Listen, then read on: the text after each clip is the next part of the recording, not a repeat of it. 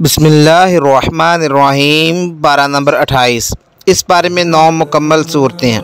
पारे का आगाज़ सूरह मुजादला से होता है।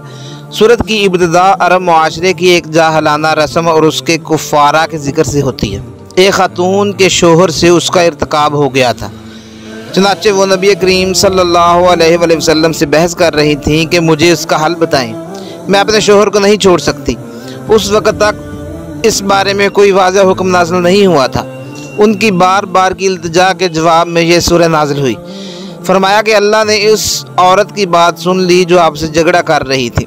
ये भी वाज़ेह किया गया कि हुदूद को नाफिज करना ईमान का तकाज़ा है। जो लोग अल्लाह और उसके रसूल की मुखालफत करते हैं वो पिछली कौमों की तरह ज़लील ख्वार होंगे और रुसवा कुन अज़ाब उनका मुंतज़िर है। फरमाया अल्लाह के पास जो वो काम महफूज है जो लोग करके भूल गए हैं। रोज़े क़यामत ये सब आमाल लोगों के सामने रखे जाएंगे। अल्लाह का इल्म हर चीज़ पर मुहीत है। हत्ता कि अगर दो लोग सरगोशी कर रहे हों तो उनका तीसरा अल्लाह होता है। कोई भी सरगोशी की जा रही हो वो उसे जान लेता है। क़यामत के रोज़ ये भी बताई जाएंगी। यहूद और मुनाफिकीन मुसलमानों को तंग करने के लिए आपस में सरगोशियाँ किया करते थे और नबी करीम सल्लल्लाहु अलैहि वसल्लम की मजलिस में इस्लाम भी बिगाड़ कर बुरे तरीके से करते थे। उसकी मजम्मत की गई। फिर इसी मुनासबत से मुसलमानों को गुनाह, नाफरमानी और रसूल अकरम सल्लल्लाहु अलैहि वसल्लम की नाफरमानी की साजिश करने के लिए सरगोशियाँ करने से मना किया गया। काना फूसी करना शैतान का काम है। अलबत्ता नेकी और तकवा के काम के लिए इजाज़त है। फिर मजलिस का एक अदब और बताया गया, जब मजलिस में बैठे हों तो दूसरों का भी ख्याल रखें, अल्लाह ताला कुशादगी पैदा कर देगा। चुनाचे मजलिस के आदाब का ख्याल रखना चाहिए। अगर किसी गलत जगह या रास्ता में बैठने की वजह से मुंतज़मीन की तरफ से उठने का कहा जाए तो बुरा नहीं मानना चाहिए। मज़ीद तंबीह के लिए यह भी फरमा दिया कि दर्जात का मेयार ईमान और इल्म है, यानी किसी जगह बैठना या बड़ी कुर्सी मिलना बुलंद दर्जा की अलामत नहीं। मुनाफिकीन की मज़ीद बुरी आदात की मजम्मत की गई और उन्हें अजाब की वाईद सुनाई गई। फरमाया अल्लाह के सामने माल और औलाद कुछ काम नहीं देंगे। शैतान ने उनको अल्लाह का जिक्र बुला दिया है, वो उन पर मुसल्लत हो गया है। ऐसे ही लोग शैतान के साथी हैं। जो लोग अल्लाह और रसूल की मुखालफत करते हैं वो ज़लील तरीन लोग हैं। चुनाचे अल्लाह और उसके रसूल के बाद अपनी अकली तावीलात पेश करना, गलत मतलब निकालना या उनको फरसूदा करार देना सब इंतहाई ख़तरनाक है।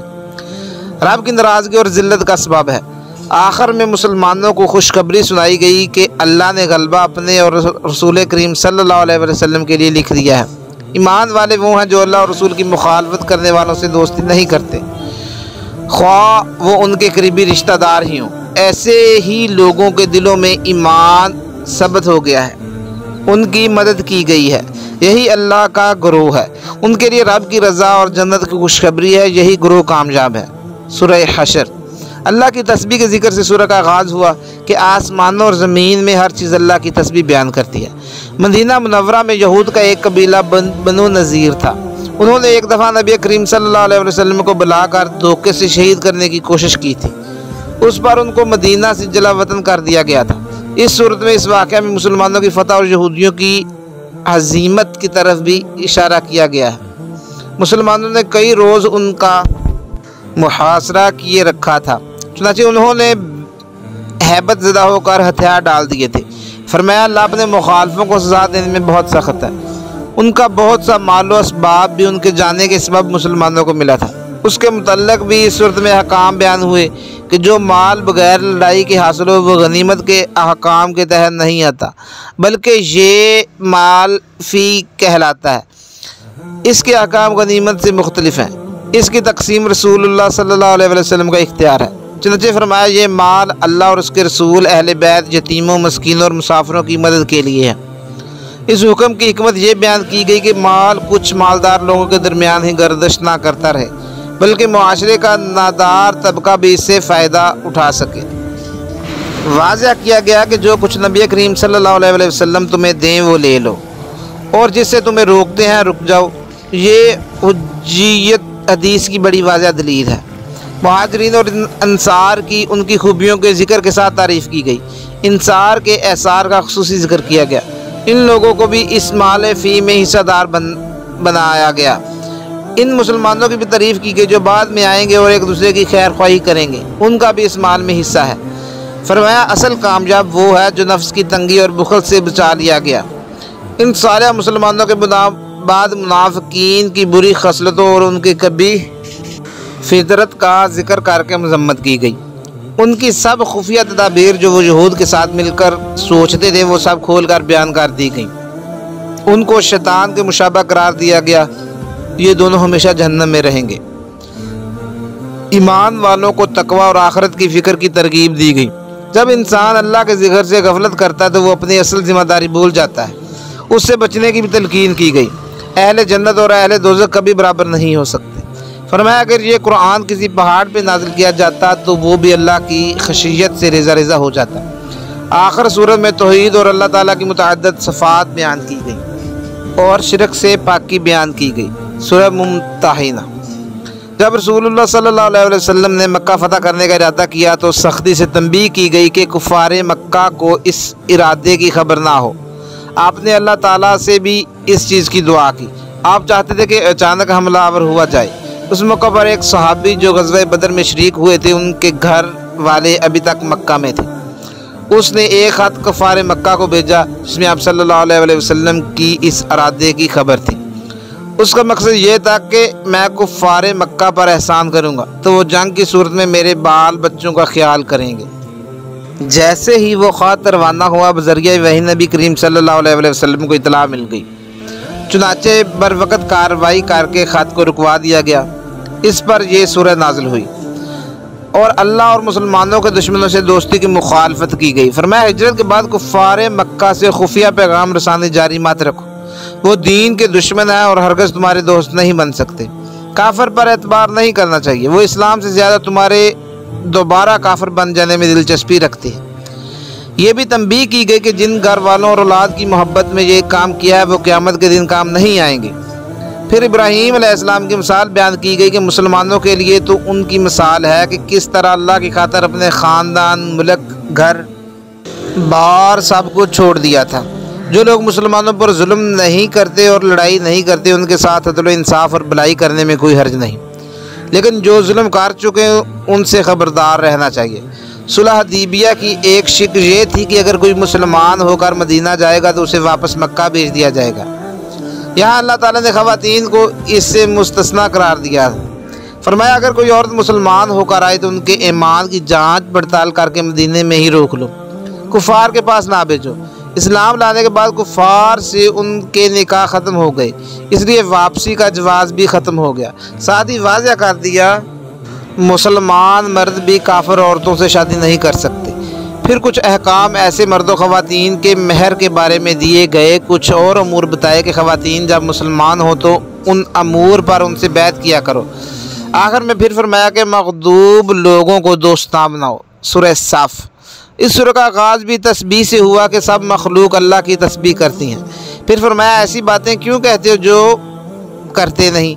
ये बातें खुदा को सख्त नापसंद है, यानी कौलो फ़ेल का तज़ाद अल्लाह के नज़दीक सख्त नापसंदीदा है। हदीस के मुताबिक ऐसे ख़तीब जो लोगों को नेकी का हुक्म देते हैं और ख़ुद अमल नहीं करते उनके होंठ आग की कैंचियों से काटे जाएंगे। और भी कई हदीस में ऐसे लोगों के बारे में वाईद आई है जिनके कौलो फ़ेल में तज़ाद होगा। लिहाजा हमेशा अपने कौल और अमल दुरुस्त और एक जैसा रखना चाहिए और वादा निभाना चाहिए। फिर अल्लाह ने मुजाहिदीन की तारीफ़ की जो सफ़े बस्ता होकर अल्लाह की राह में लड़ते हैं, गोया सीसा पलाई हुई दीवार हैं। वो अल्लाह को बहुत महबूब हैं, उससे उनकी साबित कदमी भी ज़ाहिर होती है। मूसा अलैहिस्सलाम का जिक्र किया गया। ईसा अलैहिस्सलाम ने नबी करीम सल्लल्लाहु अलैहि वसल्लम की आमद के बारे में जो खबर दी थी उसका जिक्र हुआ। फरमाया सबसे बड़ा जालिम वो है जो अल्लाह पर झूठ बांधे। मोमिनों को तसल्ली दिलाई गई कि काफिर चाहते हैं कि अपने बेबुनियाद प्रोपेगेंडा से इस्लाम के नूर को बुझा दें, लेकिन वो कामयाब नहीं होंगे। लिहाजा इस्लाम और मुसलमानों के खिलाफ प्रोपेगेंडा कभी भी कामयाब नहीं हुआ, क्योंकि अल्लाह ने इस दीन के गलबा का ज़िम्मा लिया है। फरमाया ये नबी हदायत और दीन हक के साथ आए हैं ताकि ये दीन सब अदियान पर गालिब आ जाए। आग से निजात देने वाली तिजारत बताई कि ईमान और जान और माल से जहाद का रास्ता अपनाओ, गुनाह माफ़ कर दिए जाएंगे और जन्नत में दाखिल कर दिया जाएगा। इसके अलावा अल्लाह की मदद और फतह भी नसीब होगी। आखिर सूरत में फिर ईसा अलैहिस्सलाम और उनके साथियों का जिक्र किया गया और तरगीब दिलाई गई कि दीन के मददगार बन जाओ। सूरह जुमा। इस सूरह का आगाज़ भी अल्लाह की तस्बीह और सिफ़ात के जिक्र से हुआ। फिर नबी करीम सल्लल्लाहु अलैहि वसल्लम की बासत का जिक्र किया गया और आपके वज़ाइफ बयान किए गए। आयत के मुताबिक तलावत, आयात, तज़किया और किताब और हिकमत की तालीम, ये 4 बुनियादी ज़िम्मेदारियाँ नबी करीम सल्लल्लाहु अलैहि वसल्लम को दी गई थी और यही दीन की तालीम का बुनियादी ढांचा है। वाज़ह किया गया कि आप सल्लल्लाहु अलैहि वसल्लम उम्मियों यानी अरबों की तरफ भेजे गए और उन लोगों की तरफ भी आपको भेजा गया जो बाद में आएंगे। इस आयत से आपका तमाम आलम की तरफ मबूस होना वाज़ह हुआ। ये ईमान, कुरान और उसकी तालीम अल्लाह का फ़ज़ल है। अल्लाह जिसे चाहता है अपने फ़ज़ल से नवाजता है। अहले किताब की मिसाल देकर समझाया गया कि जो किताब को हासिल करके उसको समझते और अमल नहीं करते, उनकी मिसाल गधे की तरह है जिस पर किताबों का बोझ लाद दिया गया हो। चुनांचे सिर्फ ज़बान से पढ़ने और अमल ना करने वालों की मज़म्मत की गई है। अहले कुरान और हामिल कुरान असल में वही है जो अमल भी करें। जुमा के दिन का ख़ास हुक्म दिया गया कि जब जुमा की अजान हो जाए तो खरीद फरोख्त और सब काम तर्क करके नमाज का एहतमाम करो। नमाज से फ़ारिग होकर दोबारा अपने काम और रोज़ी कमाने में मशगूल हो जाओ। इसमें कोई कबाहत नहीं। इस सब के साथ कसरत से अल्लाह का जिक्र करने का हुक्म है। जो कुछ अल्लाह के पास है वो बेहतर है। अल्लाह सबसे बेहतर रिज़्क़ देने वाला है। सूरह मुनाफिकून। इस सूरत में तफसील से मुनाफिकीन के अक़वाल और उनके झूठ का जिक्र किया गया। फरमाया अल्लाह गवाही देता है कि मुनाफिक झूठे हैं। ये बहुत खुशनुमा बातें करते हैं लेकिन इनका कोई फ़ायदा नहीं होता, यानी सिर्फ बातें हैं, अमल कुछ नहीं है। इज़्ज़त तो दरअसल अल्लाह, रसूल और मोमिनीन के लिए है। माल और औलाद अल्लाह के ज़िक्र से रुकने का सबब नहीं बननी चाहिए। मौत से पहले सदका की तरगीब दी गई। जब मौत आ जाएगी तो किसी को भी मोहलत नहीं मिलेगी। एक गज़वा से वापसी पर मुनाफिकीन ने नबी करीम सल्लल्लाहु अलैहि वसल्लम के बारे में कुछ नामुनासिब बातें की गईं और बाद में मुकर गए। उसको भी इस सूरत में खोल कर बयान कर दिया गया और मजम्मत की गई। सूरह तगाबुन। अल्लाह की मलूकियत, हमद और तस्बीह से इब्तिदा हुई। अल्लाह ही ने सबको पैदा किया और बहुत खूबसूरत बनाया। फिर कोई काफिर हो गया और कोई मोमिन। आसमान और ज़मीन मसलहत से पैदा किए गए। अल्लाह ज़ाहिर, बातिन, हत्ता के दिलों के राज भी जानता है। वो बेनियाज और काबिल तारीफ़ है।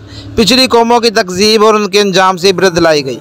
नबी करीम सल्लल्लाहु अलैहि वसल्लम को हुक्म दिया गया कि रब की कसम खाकर फरमा दें कि तुम्हें ज़रूर उठाया जाएगा और जो कुछ दुनिया में किया इस सब की ज़रूर खबर दी जाएगी। लिहाजा अल्लाह, रसूल और कुरान पर ईमान लाओ। क़यामत का दिन हार जीत का दिन होगा। मोमिन के लिए जन्नत की खुशखबरी और काफिर के लिए आग की वाइद है। वादा कर दिया जो भी मुसीबत आती है अल्लाह के अज़न से आती है।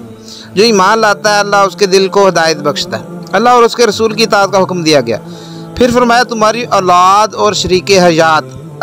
अज़वाज का लफ्ज़ अरबी में शोहर और बीवी दोनों के लिए इस्तेमाल होता है।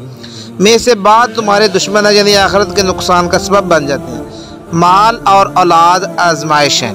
जितना हो सके अल्लाह से डरो, उसकी अताअत करो और उसके रास्ते में खर्च करो। जो अल्लाह को कर्ज़े हसना देगा उसको बड़ा अजर मिलेगा। जो हिरस और दिल की तंगी से बच गया वही कामयाब है। अल्लाह की तारीफ़ पर ही सूरत का इख्तिताम हुआ। सूरह तलाक़। इस सूरत में तफसील से तलाक़ के अहकाम जिक्र किए गए। इस दरमियान में जगह जगह तकवा के फ़वाइद भी बयान किए गए। फरमाया जो अल्लाह से डरता है अल्लाह उसके लिए मुश्किलात से निकलने का रास्ता पैदा कर देता है। साबित हुआ मुश्किलात से निकलने का रास्ता तकवा है। इन डरने वाले लोगों को अल्लाह ऐसी जगह से रिज़्क़ देता है जहाँ से वहम गुमान भी नहीं होता। जो अल्लाह पर तवक्कुल करता है उसके लिए अल्लाह काफ़ी है। अल्लाह अपना काम पूरा करके रहता है। बिलाशुबा उसने हर चीज़ का एक अंदाज़ा मुकर्रर कर रखा है। लिहाजा समझ लेना चाहिए कि हर चीज़ का एक वक़्त मुकर्रर है। तकवा का एक और फ़ायदा ये बयान किया गया कि अल्लाह से डरने वाले के काम में आसानी पैदा कर दी जाती है और उसकी परेशानियां दूर करके अजर अज़ीम दिया जाता है। अल्लाह किसी को ताकत से बढ़कर तकलीफ़ नहीं देता, वो जल्द ही तंगी के बाद आसानी कर देता है।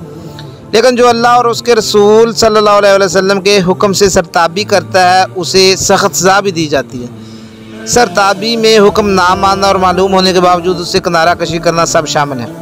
कुरान के नज़ूल का मकसद बयान किया गया ताकि लोगों को तारीकी से निकार रोशनी में ले आए, मोमिन के लिए रोशनी में ले आए। मोमिन के लिए बेहतरीन रिज़्क़ और जन्नत की बिशारत है। अल्लाह की तख्लीक और इल्म कामल के ज़िक्र सूरत का इख्तिताम हुआ। सूरह तहरीम। एक ख़ास वाक़या की तरफ इशारे से सूरत का आगाज़ हुआ, जिसमें आप सल्लल्लाहु अलैहि वसल्लम ने अपनी कुछ अज़वाज की वजह से शहद को अपने ऊपर हराम करार दिया था। फरमाया, बीवियों की खातिर अल्लाह की नेमतों को तर्क ना करें। अपनी कसम का कुफारा अदा करने का तरीका भी अल्लाह ने बताया। फिर अज़वाज मुतहहरात को तंबीह की गई, अल्लाह नबी को ख़बर दे देता है। कहा गया कि अगर पैगम्बर को तकलीफ़ देने की कोशिश की तो आपकी मदद के लिए अल्लाह जिब्रील अमीन और तमाम सालिह मुसलमान हैं। एक अहम सबक दिया गया कि अपने आप को और अपने घर वालों को आग से बचाओ, जिसका ईंधन आदमी और पत्थर होंगे। उस आग पर तंदखो सख्त गिर फरिश्ते मुकर्रर हैं, जो वही कुछ करते हैं जो अल्लाह उन्हें हुक्म देता है और नाफरमानी नहीं करते। जहाँ ईमान वालों को आग से बचने की तंबीह की गई।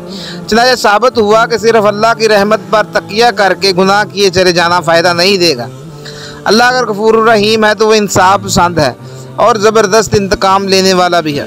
अगर नेक अमल का पलड़ा हल्का होगा तो अपने गुनाहों की सज़ा भुगतनी पड़ेगी। उस दिन काफिरों के सब बहाने रद्द कर दिए जाएंगे। आमाल के मुताबिक बदला होगा। ईमान वालों को ख़ास तौबा का हुक्म हुआ। सच्ची तौबा का ये फ़ायदा बताया गया कि क़यामत के रोज़ नबी और उनके साथी मुसलमान रसवा नहीं होंगे। उनका नूर पुल सिरात पर उनके आगे और दाएं जानब दौड़ रहा होगा। सच्ची तौबा की 4 शराइत हैं। ज़बान से तौबा करना, गुनाह पर नदामत और उससे किनारा कशी इख्तियार करना, दोबारा ना करने का अज़्म करना और अगर किसी बंदे का हक़ मारा तो उसको वापस करना। सिर्फ ज़बान से तौबा करने का कोई फ़ायदा नहीं जब तक उसके साथ नदामत और आइंदा ना करने का अज़्म ना हो। कुफार और मुनाफिकीन से जहाद का हुक्म हुआ। फरमाया, उनकी पनाहगाह जहन्नम है। आखिर में 2 नाफरमान औरतों लूत अलैहिस्सलाम और नूह अलैहिस्सलाम की बीवियाँ और 2 मोमिन औरतों फ़िरऔन की बीवी और मरियम अलैहिस्सलाम की मिसाल दी गई। साबित हुआ कि पैगम्बर की बीवी भी अगर ईमान ना लाए तो नजात नहीं पा सकती और शोहर के बुरे अमल का वबाल नेक बीवी के लिए नुकसानदा नहीं होता। अगर फ़िरऔन जैसे आदमी के साथ रहकर ईमान लाया जा सकता है और अल्लाह की रज़ा हासिल की जा सकती है तो फिर बाकी औरतों के लिए क्या गुंजाइश रह जाती है। फिर मरियम अलैहिस्सलाम की इफ़्फ़त व अस्मत, हया और इबादत की तारीफ़ की गई। उनकी ज़िंदगी में ख़वातीन के लिए आज़माइशों से निकलने और उनमें कामयाब होने का बेहतरीन नमूना है।